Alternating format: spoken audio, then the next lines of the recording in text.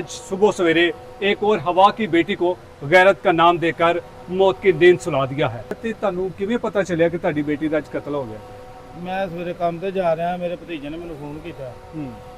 ਉਹਨੇ ਕਿਹਾ ਚਾਚੂ ਵਾਪਸ ਆਇਆ, ਸਾਰਾ ਕੁਝ ਛੱਡ ਕੇ। ਉਦੋਂ ਮੇਰੀ ਭਤੀਜੀ ਦਾ ਫੋਨ ਆ ਗਿਆ। ਮੈਂ ਉਹਨੇ ਭਤੀਜੀ ਨੇ ਦੱਸਿਆ, ਉਹਨੇ ਕਿਹਾ ਚਾਚੂ ਮਰੀਮ ਕਤਲ ਹੋ ਗਈ। ਤੇ ਕਿਸ ਤਰ੍ਹਾਂ ਕਤਲ ਕੀਤਾ? ਕੋ ਫਾਇਰ ਮਾਰਿਆ ਕਿ ਕੁਹਾੜੀਆਂ ਭਾਜ ਸਿਰੇ 'ਚ ਮਾਰੀਆਂ ਨੇ, ਠਰਲ ਕਰੇ 6-7 ਮਾਰੀਆਂ। ਦਿਮਾਗ ਵੀ ਨਿਕਲ ਗਿਆ, ਮਗਜ ਵੀ ਨਿਕਲ ਗਿਆ, ਤੇ ਸਿਰ ਦੀ ਹੱਡੀ ਸਾਰੀ ਟੁੱਟ ਕੇ ਭੁਰ ਕੇ ਬਾਹਰ ਡਿੱਗੀ ਹੋਈ। ਤੁਹਾਡੀ ਬੇਟੀ ਦਾ ਕੀ ਜੁਰਮ ਸੀ ਜਿਹੜਾ ਐਡੀ ਦਰਦਨਾਕ ਮੌਤ ਦਿੱਤੀ ਜੀ? ਜਾ ਕੇ ਜਦੋਂ ਤੁਸੀਂ ਦੇਖਿਆ ਆਪਣੀ ਧੀ ਦੇ ਘਰ, ਉਸ ਟਾਈਮ ਤੇ ਉਹਦੀ ਲਾਸ਼ ਉੱਥੇ ਹੀ ਪਈ ਸੀ? ਹਾਂ ਜੀ, ਉੱਤੇ ਛੱਤ ਤੇ ਪਈ ਸੀ ਧੁੱਪੀ 'ਚ। ਤੁਹਾਨੂੰ ਕੋਈ ਯਕੀਨ ਨਹੀਂ ਕਿ ਇਨਸਾਫ ਮਿਲੇਗਾ ਬੱਚੇ ਨੂੰ? ਨਹੀਂ, ਕੋਈ ਮੈਨੂੰ ਯਕੀਨ ਨਹੀਂ। ਇਹ ਪੈਸਾ ਚੱਲਦਾ ਹੈ, ਹਰਾਮ ਚੱਲਦਾ ਹੈ। ਅਸੀਂ ਵੋਟ ਲੈਂਦੀ ਸਾਡੇ ਕੋਲੋਂ, क्यों नहीं आवाम का ख्याल करते? अस्सलाम वालेकुम नाज़रीन, मैं हूं एडी मलिक और थाना फैक्ट्री एरिया की हदूद में आज सुबह सवेरे एक और हवा की बेटी को गैरत का नाम देकर मौत की नींद सुला दिया है। क्या हम बेटियां इसलिए पैदा करते हैं कि इस तरह के भेड़िए जो हैं वो हमारी बेटियों को गैरत का नाम देकर अपनी झूठी अना के लिए इन बेटियों को बेदर्दी से कत्ल कर देते हैं? उस मासूम बेटी का इस वक्त बाप मेरे साथ मौजूद है, जो पत्थर की तरह बना हुआ है, जिसकी सारी दुनिया अपनी बेटी के साथ थी, और इस बेटी को आखिरकार उसके शोहर ने क्यों कत्ल किया, ये सारा वाकया हम इन्हीं से जानते हैं। अस्सलाम वालेकुम। पान की नाम जी ਤੁਹਾਡਾ? ਮੇਰਾ ਨਾਮ ਲਿਆਕਤ। ਲਿਆਕਤ ਸਾਹਿਬ, ਬੜਾ ਅਫਸੋਸਨਾਕ ਵਾਕਿਆ ਹੈ, ਤੇ ਤੁਹਾਨੂੰ ਕਿਵੇਂ ਪਤਾ ਚੱਲਿਆ ਕਿ ਤੁਹਾਡੀ ਬੇਟੀ ਦਾ ਅੱਜ ਕਤਲ ਹੋ ਗਿਆ? ਮੈਂ ਸਵੇਰੇ ਕੰਮ ਤੇ ਜਾ ਰਿਹਾ, ਮੇਰੇ ਭਤੀਜੇ ਨੇ ਮੈਨੂੰ ਫੋਨ ਕੀਤਾ। ਉਹਨੇ ਕਿਹਾ ਚਾਚੂ ਵਾਪਸ ਆਇਆ, ਸਾਰਾ ਕੁਝ ਛੱਡ ਕੇ। ਉਦੋਂ ਮੇਰੀ ਭਤੀਜੀ ਦਾ ਫੋਨ ਆ ਗਿਆ। ਮੈਂ ਉਹਨੇ ਭਤੀਜੀ ਨੇ ਦੱਸਿਆ, ਉਹਨੇ ਕਿਹਾ ਚਾਚੂ ਮਰੀਮ ਕਤਲ ਹੋ ਗਈ। ਮੈਂ ਫਿਰ ਉਥੋਂ ਕੰਮ ਤੋਂ ਵਾਪਸ ਆਇਆ, ਸਿੱਧਾ ਆਪਣੇ ਘਰ ਹੀ ਗਿਆ। ਮੈਂ ਮਰੀਮ ਦੀ ਕਿੰਨੇ ਸਾਲ ਪਹਿਲੇ ਜਾਂ ਕਿੰਨਾ ਅਰਸਾ ਪਹਿਲੇ ਸ਼ਾਦੀ ਹੋਈ ਸੀ? 13 ਸਾਲ ਹੋ ਗਿਆ। ਤੇ ਕੀ ਨਾਮ ਸੀ ਤੁਹਾਡੇ ਜਿਹੜਾ ਦਮਾਦ ਜਿਹੜਾ ਮਰੀਮ ਦਾ ਕਾਤਲ? ਸ਼ਫੀਕ। ਤੇ ਸ਼ਫੀਕ ਕਿਵੇਂ ਦਾ ਸੀ? ਤੇ ਮਰੀਮ ਦੇ ਬੱਚੇ ਵੀ ਹਨ? ਹਾਂਜੀ, 2 ਬੱਚੇ ਨੇ, ਤੇ ਆ ਸ਼ਰਾਬੀਆ ਸੀ। ਸ਼ਫੀਕ ਸ਼ਰਾਬ ਪੀਂਦਾ ਸੀ? ਹਾਂਜੀ। ਤੁਹਾਨੂੰ ਜਦੋਂ ਸ਼ਾਦੀ ਕੀਤੀ ਕੋਈ ਪਤਾ ਨਹੀਂ ਸੀ? ਨਹੀਂ, ਉਦੋਂ ਨਹੀਂ ਪਤਾ ਸੀ, ਹੁਣ ਬਾਅਦ 'ਚ ਪਤਾ ਲੱਗਾ। ਤੇ ਕਿਸ ਤਰ੍ਹਾਂ ਕਤਲ ਕੀਤਾ? ਕੋ ਫਾਇਰ ਮਾਰਿਆ ਕਿ ਕੁਹਾੜੀਆਂ ਭਾਜ ਸਿਰੇ 'ਚ ਮਾਰੀਆਂ ਨੇ, ਠਰਲ ਕਰੇ 6-7 ਮਾਰੀਆਂ। ਦਿਮਾਗ ਵੀ ਨਿਕਲ ਗਿਆ, ਮਗਜ ਵੀ ਨਿਕਲ ਗਿਆ, ਤੇ ਸਿਰ ਦੀ ਹੱਡੀ ਸਾਰੀ ਟੁੱਟ ਕੇ ਭੁਰ ਕੇ ਬਾਹਰ ਡਿੱਗੀ ਹੋਈ। ਤੁਹਾਡੀ ਬੇਟੀ ਦਾ ਕੀ ਜੁਰਮ ਸੀ ਜਿਹੜਾ ਐਡੀ ਦਰਦਨਾਕ ਮੌਤ ਦਿੱਤੀ ਜੀ? ਅੱਲਾ ਹੀ ਬਿਹਤਰ ਜਾਣਦਾ ਕੀ ਜ਼ੁਲਮ ਉਹ ਗਰੀਬ ਨਹੀਂ ਕਰ ਬੈਠੀ ਤੇ ਕੀ ਨਹੀਂ ਕੀਤਾ। ਬਾਕੀ ਜੁਰਮਦਾਰ ਹੈ ਹੀ। ਤੇ ਪੁਲਿਸ ਨੇ ਇਹਨੂੰ ਗ੍ਰਿਫਤਾਰ ਕੀਤਾ? ਹਾਲੇ ਤੱਕ ਨਹੀਂ ਹੋਇਆ, ਨੱਸ ਗਿਆ। ਅੱਛਾ, ਮਾਰ ਕੇ ਬੇਟੀ ਤੁਹਾਡੀ ਨੂੰ ਕਤਲ ਕਰਕੇ ਨੱਸ ਗਿਆ? ਨੱਸ ਗਿਆ। ਤੇ ਤੁਹਾਡੀ ਬੇਟੀ ਦੇ ਜਿਹੜੇ ਤੁਹਾਡੇ ਬੱਚੇ ਸੀ ਉਹ ਕਿੱਥੇ ਸੀ? ਉਹ ਥੱਲੇ ਸੁੱਤੇ ਹੋਏ ਸੀ। ਉਹਨਾਂ ਨੂੰ ਕੋਈ ਪਤਾ ਨਹੀਂ ਸੀ ਹੈ ਕਿ ਉਹਨਾਂ ਦੀ ਮਾਂ ਨੂੰ ਉਹਨਾਂ ਦੇ ਮਮਤਾ ਛੀਨ ਲਿੱਤੀ ਹੈ? ਉਹ ਸਵੇਰੇ ਨਿੱਕੇ ਨਿੱਕੇ ਦੇਖੇ ਨੇ, ਉਹ ਸਵੇਰੇ ਉੱਠਦੇ 9-10 ਵਜੇ ਨਾਲ ਸੀ। ਉਹਨਾਂ ਨੂੰ ਕੀ ਪਤਾ ਹੋਣਾ ਗਰੀਬਾਂ ਨੂੰ। ਤੇ ਜਾ ਕੇ ਜਦੋਂ ਤੁਸੀਂ ਦੇਖਿਆ ਆਪਣੀ ਧੀ ਦੇ ਘਰ, ਉਸ ਟਾਈਮ ਤੇ ਉਹਦੀ ਲਾਸ਼ ਉੱਥੇ ਹੀ ਪਈ ਸੀ? ਹਾਂ ਜੀ, ਉੱਤੇ ਛੱਤ ਤੇ ਪਈ ਸੀ ਧੁੱਪੀ 'ਚ। ਧੁੱਪ ਦੇ ਵਿੱਚ? ਹਾਂਜੀ। ਉਹ ਜ਼ਾਲਮ ਦਰਿੰਦਾ ਨੱਸ ਗਿਆ ਸੀ? ਨੱਸ ਗਿਆ ਸੀ, ਸਾਰੇ ਮਾਂ ਪਿਓ ਵੀ ਨੱਸ ਗਿਆ। ਤੇ ਤੁਸੀਂ ਇੱਥੇ ਹਸਪੀਟਲ ਆਏ ਹੋ, ਪੋਸਟਮਾਰਟਮ ਬੇਟੀ ਦਾ ਕਰਵਾ ਰਹੇ ਹੋ। ਹਾਂਜੀ।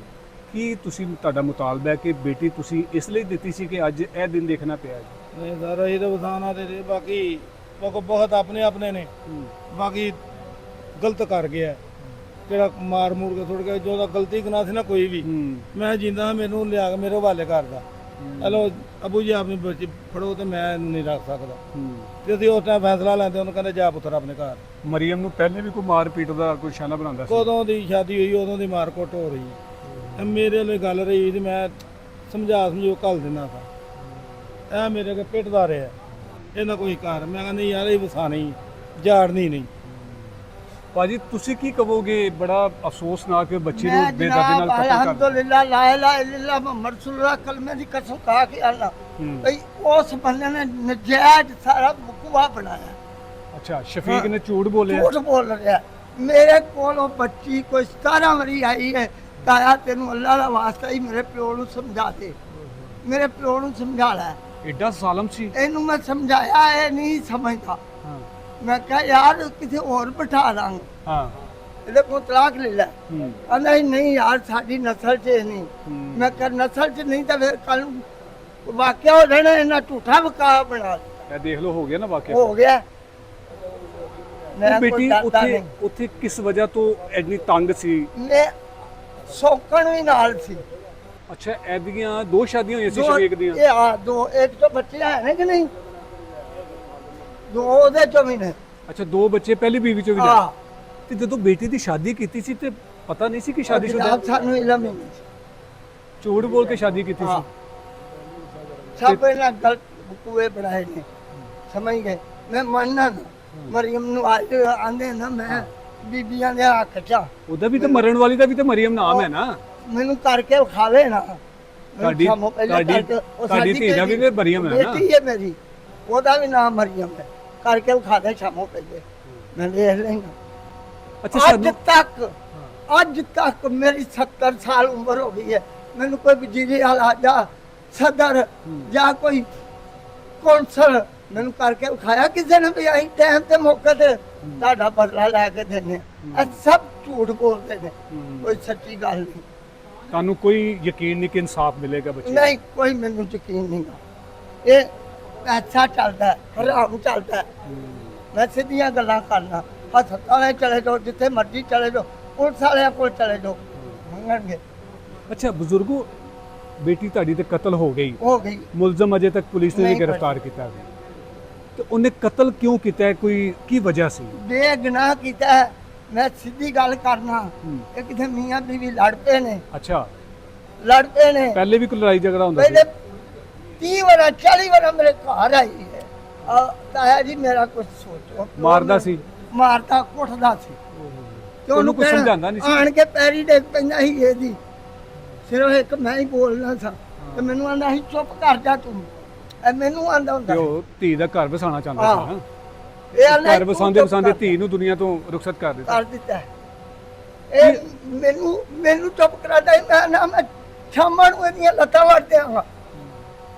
ਇਹ ਜਿਸ ਤਰ੍ਹਾਂ ਦੇ ਹਰਕਤਾਂ ਕਰਦਾ। ਹੁਣ ਤੇ ਤੁਹਾਡੀ ਧੀ ਨੂੰ ਨੇ ਕਤਲ ਕਰ ਦਿੱਤਾ ਹੈ, ਤੇ ਹੁਣ ਕਿਵੇਂ ਤੁਸੀਂ ਉਹਨੂੰ ਵੇਖੋਗੇ, ਕਿਵੇਂ ਬਰਦਾਸ਼ਤ ਕਰੋਗੇ? ਬਰਦਾਸ਼ਤ ਸਾਨੂੰ ਮੈਨੂੰ ਉੱਥੇ ਲੱਭ ਪੈਂਦਾ ਤੇ ਮੈਂ 70 ਸਾਲ ਦਾ ਹਾਂ, ਮੈਨੂੰ ਸੁਣ ਮਾਰ ਕੇ ਮਾਰ ਛੱਡਦਾ। ਇਨਸਾਫ ਦੇ ਲਈ ਤੁਸੀਂ ਕੀ ਮੁਤਾਲਬਾ ਕਰੋਗੇ? ਮੈਂ ਨਾ ਵੀ ਮੈਨੂੰ ਸ਼ਾਮਾਂ ਨੂੰ ਸਾਥ ਲੈ ਕੇ ਦੇ। ਮੈਂ ਮੰਨਣਾ ਨਾ ਘੁੰਮਤ ਦੇ ਕੋਲ ਅਸੀਂ ਵੋਟ ਲੈਂਦੀ ਸਾਡੇ ਕੋਲ, ਕਿਉਂ ਨਹੀਂ ਆਵਾਮ ਦਾ ਖਿਆਲ ਕਰਦੇ? ਇਹ ਧੀਆਂ ਮਰਨ ਲਈ ਪੈਦਾ ਕਰੀ ਦੀਆਂ ਨੇ। ਇਹਨਾਂ ਨੂੰ ਨਹੀਂ ਪਤਾ, ਇਹਨੇ ਨਹੀਂ ਤਮੀਆਂ। ਇਹ ਪੁੱਛੋ ਇਹਨਾਂ ਕੋਲੋਂ, ਸੁਣਦੇ ਪਏ ਤੁਹਾਨੂੰ? ਇਹਨਾਂ ਨੂੰ ਨਹੀਂ ਪਤਾ, ਇਹ ਧੀਆਂ ਇਹਨਾਂ ਨਹੀਂ ਵਿਆਹਣੀਆਂ। ਗੈਰਤ ਦਾ ਮਾਦਾ ਹੋਣਾ ਚਾਹੀਦਾ। ਘੁੰਮਣ ਦੀ ਸੀਟ ਵਾਸਤੇ ਹਰ ਬੰਦਾ ਬੈਠਦਾ, ਮੈਂ ਸੀਟ ਤੇ ਬਹਿਣਾ। ਸੀਟ ਸਾਹਮਣੀ ਔਖੀ ਹੈ। ਜੋ ਮਰਜ਼ੀ ਹੁੰਦਾ ਰਹੇ, ਇਹ ਆਰਾਮ ਨਾਲ ਏਸੀਆਂ ਥੱਲੇ ਬੈਠੇ ਨੇ, ਏਅਰ ਕੰਡੀਸ਼ਨਰ ਥੱਲੇ ਬੈਠੇ ਨੇ, ਆਵਾਮ ਦਾ ਪਤਾ ਹੀ ਨਹੀਂ। ਉਹ ਮਰੀਮ ਦੇ ਜਿਹੜੇ ਛੋਟੇ ਛੋਟੇ ਬੱਚੇ ਨੇ ਉਹ ਕਿੱਥੇ ਨੇ? ਉਹ ਉੱਥੇ ਹੀ ਨੇ ਅਜੇ, ਉਸੇ ਘਰ ਦੇ ਵਿੱਚ ਨੇ? ਉੱਥੇ ਹੀ ਨੇ, ਅਸੀਂ ਤਾਂ ਨਹੀਂ ਲਿਆ ਸਕਦੇ। ਤੇ ਉਹਦੀ ਜਿਹੜੀ ਪਹਿਲੀ ਬੀਵੀ ਆ ਉਹ ਕਿੱਥੇ ਹੈ? ਉਹਦਾ ਨਹੀਂ ਪਤਾ ਅੱਜ ਕਿੱਥੇ। ਉਹ ਵੀ ਨਸ ਗਈ ਜੇ? ਇਹ ਨਹੀਂ ਪਤਾ ਨੱਸ ਗਈ ਕਿ ਨਹੀਂ ਨੱਸ ਗਈ। ਅੱਛਾ, ਪਤਾ ਨਹੀਂ ਥਾਣੇਦਾਰ ਲੈ ਗਿਆ, ਕੌਣ ਲੈ ਗਿਆ। ਥਾਣੇਦਾਰ ਉੱਥੇ ਬੈਠਾ ਸੀ, ਲਿਆਦਾ ਮੇਰੇ ਨਾਲ ਉਹਨੇ ਗੱਲ ਕੀਤੀ ਹੈ, ਮੈਂ ਉਹਦੇ ਨਾਲ ਗੱਲ ਕੀਤੀ ਹੈ। ਉਹਨੇ ਕਿਹਾ ਯਾਰ ਉਸ ਬੰਦੇ ਦਾ ਨਾਂ ਲਿਖਾਓ ਜੀ, ਇਹਨਾਂ ਦੀ ਜਿਨ੍ਹਾਂ ਦਾ ਮਸਨ ਜੀ। ਮੈਂ ਦੇਖਿਆ, ਮੈਨੂੰ ਬੜਾ ਸਵਾਦ ਤਾਂ ਸੀ। ਉਹ ਜਿਹੜਾ ਖੋਖਰ ਦੱਸਦਾ ਉਹਨੂੰ ਵੀ ਮਾਰਦਾ। ਹਾਂ, ਇਹ ਮੁੰਨਾ ਖੋਖਰ ਦਾ ਜ਼ਿਕਰ ਕੀਤਾ ਜਾ ਰਿਹਾ। ਯਾਰ ਉਹਨੂੰ ਵੀ ਮਾਰਦਾ ਨਾ, ਮੈਂ ਮੰਨਦਾ ਨਾ। ਤੇਰੇ ਚ ਗੈਰਤ ਦਾ ਮਾਦਾ ਹੈ ਤੇ ਮੇਰੇ ਚ ਗੈਰਤ ਦਾ ਮਾਦਾ ਹੈ। ਮੇਰੀ ਬੀਵੀ ਲਾਗੇ ਕੋਈ ਗੈਰ ਬੰਦਾ ਬਹਿ ਕੇ ਗੱਲ ਕਰੇ, ਮੈਂ ਛੱਤਿਆ ਹੈ, ਸਾਰਾ ਛੱਤਿਆ ਹੈ, ਘਰ ਸਾਰਾ ਛੱਤਿਆ ਹੋਇਆ। ਥੱਲੇ ਵਾਲਾ ਦਰਵਾਜ਼ਾ ਖੋਲਣਾ ਤੇ ਕਿੱਥੇ ਜਾਣਾ? ਇਹ ਪਾਗਲ ਨੇ ਬੇਵਕੂਫ। ਮਰੀਮ ਤੁਹਾਡੀ ਕੀ ਲੱਗਦੀ ਹੈ? ਭਤੀਜੀ ਮੇਰੀ ਹੈ, ਸਕੀ ਭਤੀਜੀ? ਸਕੀ ਭਤੀਜੀ ਮੇਰੀ।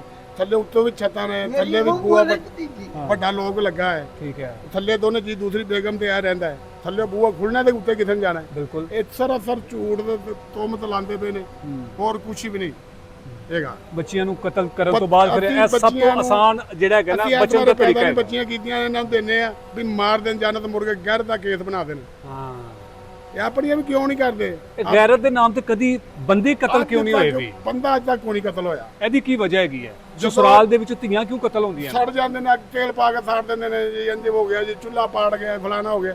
ਔਰਤ ਹੀ ਉਹਦੇ ਚ, ਇਹਨਾਂ ਹਾਦਸਿਆਂ ਦੇ ਚ ਔਰਤ ਹੀ ਮਰਦੀ ਹੈ, ਬੰਦਾ ਕਿਉਂ ਨਹੀਂ ਮਰਦਾ? ਕਿਉਂ ਨਹੀਂ ਬੰਦਾ? ਅੱਜ ਤੱਕ ਕੋਈ ਬੰਦਾ ਨਹੀਂ ਵੇਖਿਆ ਕਾਰ 'ਚ ਵੀ ਬੰਦਾ ਵੀ ਮਰਿਆ ਹੈ। ਨੁਕਸਾਨ ਜਦੋਂ ਹੋਇਆ ਬਗਾਨੀ ਧੀ ਦਾ ਹੋਇਆ, ਆਪਣੀਆਂ ਧੀਆਂ ਦਾ ਨਹੀਂ ਨੁਕਸਾਨ ਹੁੰਦਾ। ਬਿਲਕੁਲ। ਸਾਡੇ ਵਰਗੇ ਮਾੜੀਆਂ ਧੀਆਂ ਦੀਆਂ ਨੂੰ ਮਾਰ ਕੇ ਤੇ ਮੁੜ ਕੇ ਕਹਿੰਦੇ ਗੈਰਤ ਦਾ। ਹਾਂ, ਤੇਰੇ ਅੰਦਰ ਕਿਹੜੀ ਇਨਸਾਨੀਅਤ ਦੀ ਗੈਰਤ ਹੈ? ਤੇਰੀ ਉਦੋਂ ਗੈਰਤ ਮਰੀ ਸੀ। ਇਹ ਕੀ ਕੰਮ ਕਰਦਾ ਸੀ ਜਿਹੜਾ ਸ਼ਫੀਕ ਹੈਗਾ? ਇਹ ਕੋਈ ਟੋਨ 'ਚ ਲੱਗਾ ਸੀ ਕਿਤੇ 'ਚ। ਅੱਛਾ, ਮਜ਼ਦੂਰੀ ਮਜ਼ਦਾਰੀ ਕਰਦਾ ਸੀ ਵਗੈਰਾ ਇਹ ਕਰਦਾ ਸੀ।